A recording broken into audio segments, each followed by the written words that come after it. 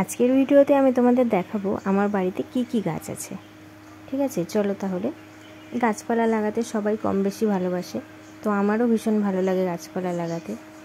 এখানে গেট দিয়ে ঢুকতেই এখানে 3-4টে ক্যাপসিকামের চারা লাগিয়েছি, আর এখানে আছে 2-3টে বেলি ফুলে গাছের চারা। কিছুদিন আগেই শাশুড়ি মা এই বাজার থেকে কিনে এনেছিল।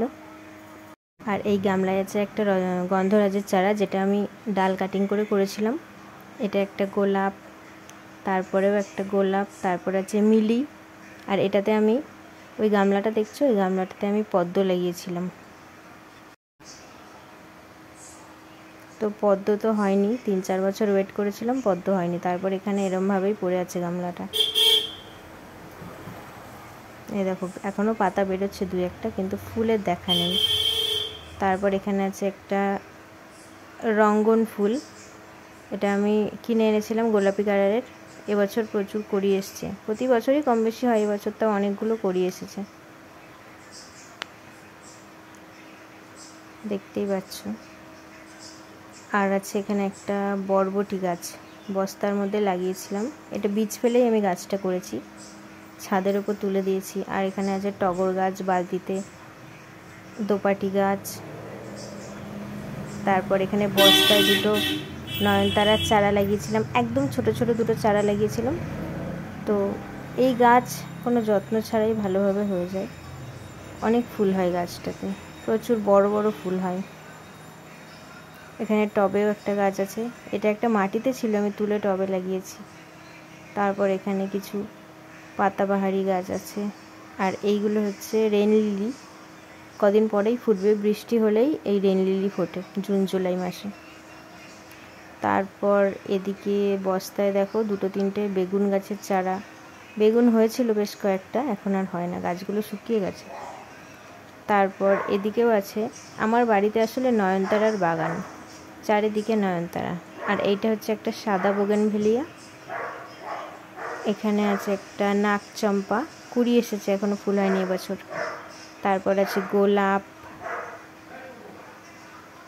পাতাবাহারি, স্নেক প্ল্যান্ট, নানান রকমের যেখান থেকে গাছ পাই আমি তুলে এনে লাগাই।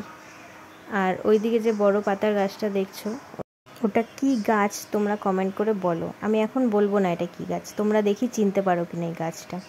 এটা আমি দানা থেকেই করেছি, কিন্তু গাছটা একদম দানা খেয়ে ফেলেই হয়েছে গাছটা আমার। ভীষণ সুন্দর গ্রোথ হয়েছে গাছটার, আশা করি কদিন পরেই আমার ফল পাবো। আর এখানে একটা রজনীগন্ধা দেখো, একদম ছোট্ট একটা কড়ি এসেছে, অপুষ্টির গাছটা আর কি। এর আগে একটা ফুল হয়েছিল, তো তারপরে এটা হয়েছে। আর এখানে কয়েকটা টাইম ফুল গাছ লাগিয়েছিলাম এক জায়গা থেকে চুরি করে এনে। আর এদিকে হচ্ছে লাল রঙের রঙ্গন ফুল হবে, এখানে এই গাছটাতেও বেশ কয়েকটা কুড়ি এসেছে। এটা বারাসাত থেকে এনে লাগানো গাছটা, কলম করা গাছ।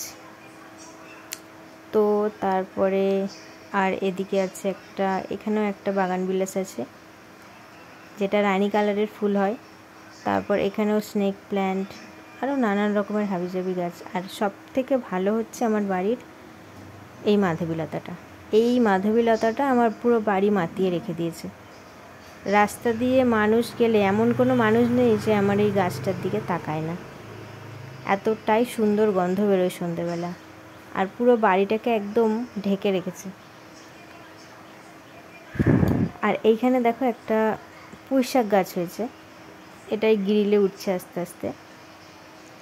তারপর এখানে দেখো নয়নতারা গাছটা একদম ইটের ফাঁকা থেকে বেরিয়েছে, আপনা থেকেই হয় আমার এই নয়নতারা গাছগুলো।